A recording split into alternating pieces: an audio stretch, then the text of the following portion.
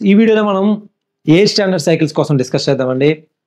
అయితే మనకి థెర్మోడైనమిక్ సైకిల్స్ని బ్రాడ్గా కేటగరైజ్ చేయడానికి రెండు రకాలుగా అనుకుంటే పవర్ని ప్రొడ్యూస్ చేసే cycles and power consuming cycles అనుకున్నాం.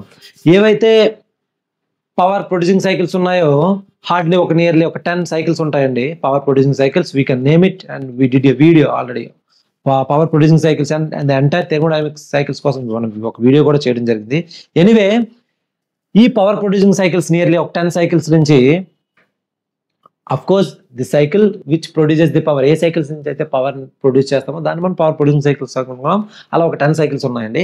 ఎనీవే ఈ 10 సైకిల్స్లో ఏ సైకిల్లో అయితే ఎయిర్ని మనం వర్కింగ్ మీడియం కింద యూజ్ చేసామో దాన్ని మనం ఎయిర్ స్టాండర్డ్ సైకిల్స్ అనుకుంటాం. యాక్చువల్గా to be frankly speak the cycles which use a perfect gas is a working medium. Air అని వాడకూడదండి. Actually the cycle which uses a perfect gas as a working medium can be called as air standard cycles. కాకపోతే perfect gas కి the best example మనం air కింద తీసుకున్నాం కాబట్టి we can consider in the air standard cycles we use a perfect gas as working medium or the air as a working medium, we can say it right. So ఏవైతే air use చేసి మనకి working medium కింద cycles run అవుతాయో మనం వాటిని air standard cycles అనుకుంటే అలా hardly ఏ cycles చూసుకోవచ్చు అంటే we can name it. That is the Carnot cycle, Stirling cycle, Ericsson cycle.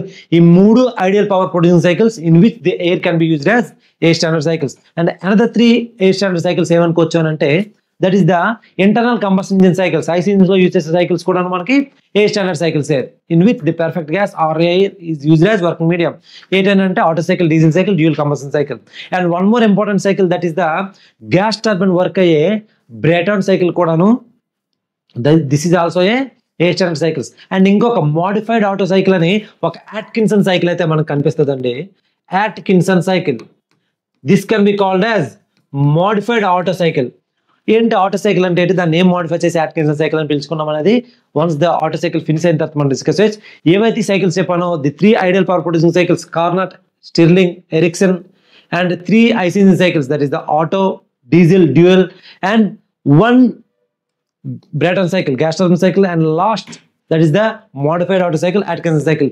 ఈ 8 సైకిల్స్ లో కూడా మనం we use air as a working medium. In other words, we can say the perfect gas can be used as working medium. Clear? అయితే pure substance దేంట్లో working medium కింద use చేస్తామంటే we can say the steam power plant, gas turbine steam turbine plants లో మనం water or the pure substance మనం working medium కింద use చేస్తాం. And another classification of thermodynamic cycles ఏమనుకోవచ్చు అంటే that is the power consuming cycles. Those cycles are belongs to the R&AC chapter. దీని యొక్క examples చూద్దామండి. ఫస్ట్ ఇంపార్టెంట్ పాయింట్ ఏంటంటే ఈ చాప్టర్లో ఏవైతే మనం ఈ ఎయిర్ స్టాండర్డ్ సైకిల్స్ అనుకున్నామో వాటి యొక్క ఎగ్జాంపుల్స్ చూస్తే ఫస్ట్ ఇంపార్టెంట్ ఎగ్జాంపుల్స్ ఏంటంటే in this cycles the perfect gas or air can be used as working medium. First examples ఏంటంటే ది పర్ఫెక్ట్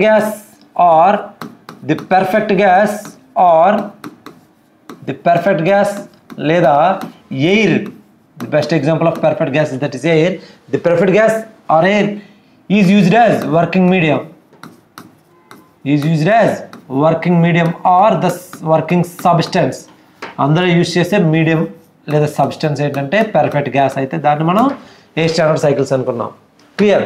అయితే ఏదైతే ఎయిర్ లేదా పర్ఫెక్ట్ గ్యాస్ ఉందో ఆ ఎయిర్ అనేది must having the constant specific heats. The second observation, the second assumption during the air standard cycle, that is the perfect gas must be with the perfect gas. Of course, perfect gas antene the meaning of perfect gas is itself which is having a constant specific heats. ఏదైనా ఒక గ్యాస్కి ఏదైనా ఒక ideal గ్యాస్ని జనరల్గా two టైప్స్లో categorise చేయొచ్చండి. Ideal గ్యాస్ని మనం 2 రకాలుగా క్లాసిఫై చేస్తే వీ కెన్ సే ఒకటి పర్ఫెక్ట్ గ్యాస్, ఇంకొకటి సెమీ పర్ఫెక్ట్ గ్యాస్ అండి. పర్ఫెక్ట్ గ్యాస్ అంటే ఏంటంటే the ideal gas having the constant specific heat, సిపిసివిలు అనుకుంటాం కదా. అవి కాన్స్టెంట్ అంటే అవి ప్రెజర్ అండ్ టెంపరేచర్ చేంజ్ అయ్యే కొద్దీ సిపిసివిలు ఏం మారకపోతే దాన్ని మనం పర్ఫెక్ట్ గ్యాస్ అనుకుంటాం. అండ్ సిపిసివిలు చేంజ్ అవుతాయి with the change in pressure and temperature, దాన్ని మనం సెమీ పర్ఫెక్ట్ గ్యాస్ అనుకుంటాం. Of course having constant specific heats and molecular weight. Constant specific heats and molecular weight. And of course constant specific heat and molecular weight. Clear? And third important point ఏంటంటే we can say ఈ 8 standard cycles ఉన్న all the process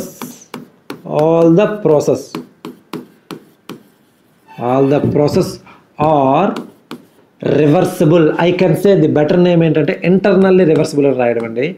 What I mean to say internally reversible. Very very important observation. Reversible and right, but why did I wrote it as an internally reversible? Clear? ఎందుకు ఎంత స్పెసిఫిక్గా రాస్తామంటే we can say ఏవైతే process కనిపిస్తాయో, for example Carnot cycle ఉండే process ఏవండి, just imagine Carnot cycle having 2 isothermal process and 2 isentropic process. ఆ 4 ప్రాసెస్లో కూడా రివర్సిబుల్. అలాగే ఎరిక్సన్ సైకిల్లో, స్టిర్లింగ్ సైకిల్లో, ఆటో సైకిల్లో we can say the Ericsson cycle having 2 isothermal process and 2 constant pressure process isobars. Similarly, Stirling cycle having 2 isotherms and 2 constant volumes. అలాగా ఉంటాయి. Similarly, Otto cycle ఏం చెప్పుకోవచ్చు అంటే 2 constant volume process or the 2 isochoric process and the 2 isentropic process ఇలా అనుకోవచ్చు. Still anyway, ఏవైతే 8 standard cycles అనుకున్నామో nearly 8 cycles అని నేమ్ చేసాం కదా, ఆ 8 సైకిల్లో కూడా all the process in the cycle are we can better to say internally reversible అనుకోవచ్చు, లేదా ఇంటర్నల్లీ రివర్సిబుల్. ఈ ఇంటర్నల్లీ రివర్సిబుల్ అనేది వర్డ్ ఎందుకు యూజ్ చేశాను, just let us imagine internally reversible అని స్పెసిఫిక్గా ఎందుకు నోట్ చేసామంటే ఆ ఇంటర్నల్లీ రివర్సిబుల్కి there is a meaning. Carnot cycle having or the Carnot engine having the maximum possible efficiency among the all other power producing cycle. అది ఏ standard సైకిల్సా, pure substance use చేసే సైకిల్సా కాదు. we can pass one statement that is the Carnot cycle having the maximum possible efficiency among all other power producing cycles. What I mean to say, ఎందుకు అది అయింది అంటే because అలా అవడానికి major reason ఏంటంటే ఈ కార్నట్ సైకిల్ అనేది we can say it is an internally reversible as well as externally reversible అండి.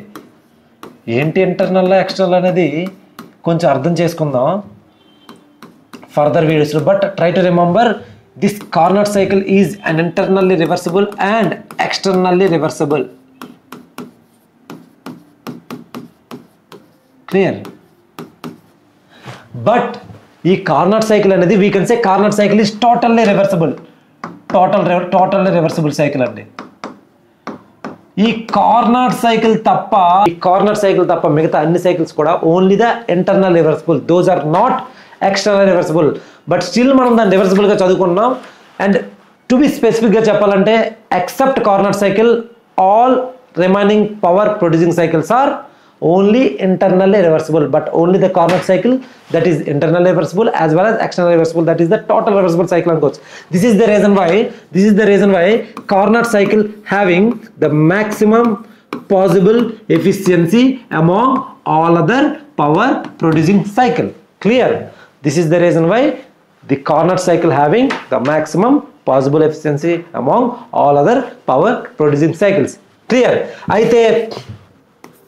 అయితే వన్ మోర్ అబ్జర్వేషన్ ఏంటంటే with perfect regeneration, important point, with perfect sir ఈ రివర్సిబుల్ ఇంటర్నల్ రివర్సిబుల్ ఈ regeneration ఏంటంటే further వీడియోస్లో definitely discuss చేద్దామండి.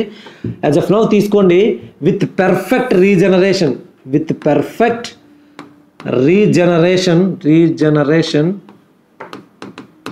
ఈ perfect regeneration అనే ఒక పద్ధతి వాడడం వలన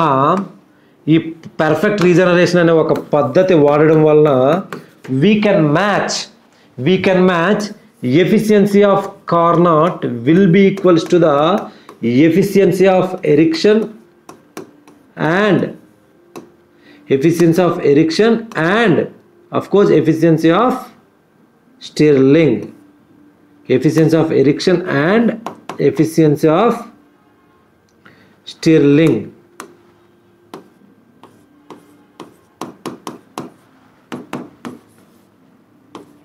దీని మీనింగ్ ఏంటంటే కార్నాట్ సైకిలే మ్యాక్సిమం ఎఫిషియన్సీ ఇస్తుంది. అలాగని do not forget about the efficiency of Carnot that is not equals to 100%.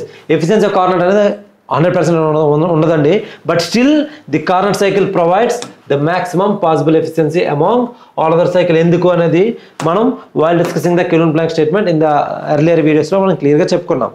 You can go and watch that video. అయితే ఇప్పుడు ఏంటంటున్నానంటే పర్ఫెక్ట్ రీజనరేషన్ అనే పద్ధతి నేను స్టిర్లింగ్ సైకిల్ యూజ్ చేస్తే ఆ స్టిర్లింగ్ సైకిల్ యొక్క ఎఫిషియన్సీ కార్నాట్ సైకిల్కి ఈక్వల్ అవుతుంది, అంటే మ్యాక్సిమం వస్తుంది, మ్యాక్సిమం పాసిబుల్ ఎఫిషియన్సీ వస్తుంది. సిమిలర్లీ ఎరిక్సన్ సైకిల్లో కూడా మనం పర్ఫెక్ట్ రీజనరేషన్ అనే ఒక ప్రిన్సిపల్ని యూజ్ చేసి we can match the efficiency of the Ericsson cycle or the Stirling cycle will be equals to the Carnot cycle ఈ పద్ధతి ద్వారా. And we can clearly say that except Carnot cycle or Carnot engine, except Carnot cycle, all other cycles are all other, what I mean to say, all other cycles, thermodynamic cycles, all other power producing thermodynamic cycles kadandi, we can write it as power. ఎందుకంటే thermodynamic cycles అనగానే ఒక category power producing అయితే ఇంకొకటి power consuming, that is the VCR cycle, reversal Carnot, Bell Coleman ఎన్ని వస్తాయి కాబట్టి క్లియర్గా రాస్తున్నాను. Of course total thermodynamic cycles కూడా రాసుకోవచ్చు అండి. Carnot cycle is the maximum possible efficiency. So except Carnot cycle all other power producing cycles are, ఎలా చెప్పుకోవచ్చు, all other power producing cycles are only internally reversible but not externally reversible. Only internally reversible.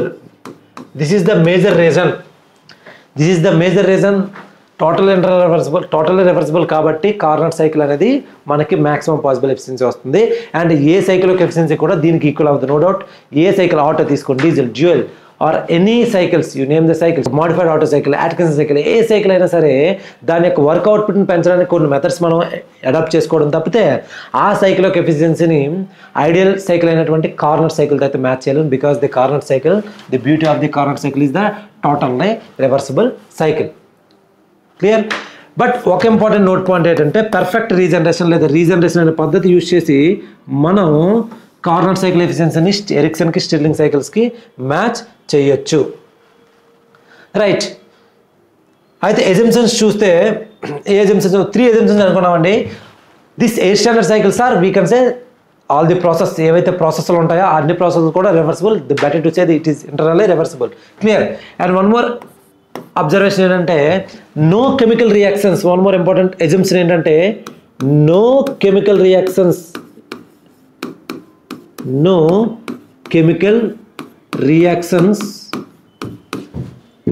occurs during the heat addition or heat rejection process. Heat addition or heat rejection process. ప్రతి సైకిల్లో కూడా ఏవైతే air standard cycles మనం hardly in this chapter 3 practical cycle, that is the Otto, diesel and dual cycles కోసం అయితే discuss చేద్దామండి. Air standard cycles అనే చాప్టర్లో ఏం చెప్పుకోవచ్చు అంటే ఇక్కడ కెమికల్ రియాక్షన్స్ ప్రతి సైకిల్లో కూడా heat edition and heat rejection అనే పద్ధతులు ఉంటాయండి. And heat edition, heat rejection అనేవి జరిగేటప్పుడు కెమికల్ రియాక్షన్స్ ఏమి జరగకూడదు అనేది ఒక ఎగ్జాంపుల్ తీసుకోవాలి. ఎందుకు అని అంటే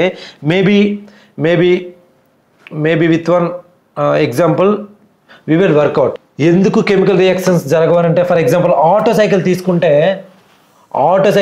ఏమవుతుందండి? For example during the Otto సైకిల్లో హీట్ ఎడిషన్ ఎక్కడ జరుగుతుందంటే for example in the Otto cycle the heat addition takes place at the constant volume process.